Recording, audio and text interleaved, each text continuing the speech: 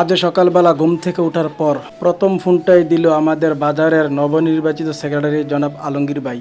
Phone দিয়ে বলতেছে, নূর, আমাদের বাজারের ভিতর বাজারের মুরগা ব্যবসায়িক কাউসার মারা গেছে, একটি ব্যানার লিখতে হবে।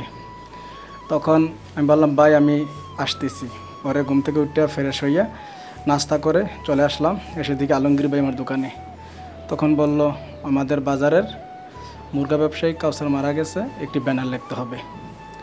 তখন ভাইকে বললাম, ভাই লেখাটা, তুমি তো সব লেখা জানোই, সের নাম কাউসার, এতটুকুই তো লিখে নাও। তো চলে গেলাম আমাদের বাজারের ক্যাশিয়ার বদিউল ভাইয়ের কাছে। ওখান থেকে লেখা এবং টাকা বুঝ নিয়ে কাপড় দোকানে চলে গেলাম। গিয়ে কাপড় এনে আমার দোকানে টানিয়ে লেখার কাজ শুরু করে দিলাম। তো আসলে মৃত্যুটা কোন সময় হয় বলা যায় না। কয়দিন আগেও কাউসারের সাথে আমার দেখা হলো, কথা হলো। তো আসলে মানুষ বলতেই মরণশীল।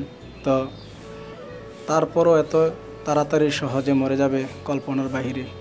ইয়াং একটা ছেলে আমাদেরকে ছেড়ে চলে যাবে, কল্পনার বাইরে।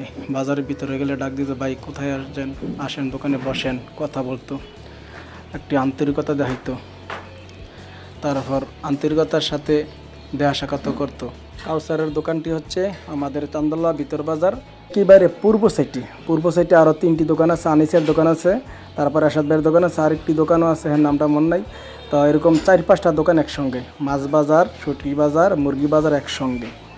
তো আসলে আমাদের ব্যবসায়িক ভাইদেরকে দিন দিন হারিয়ে ফেলতেছি।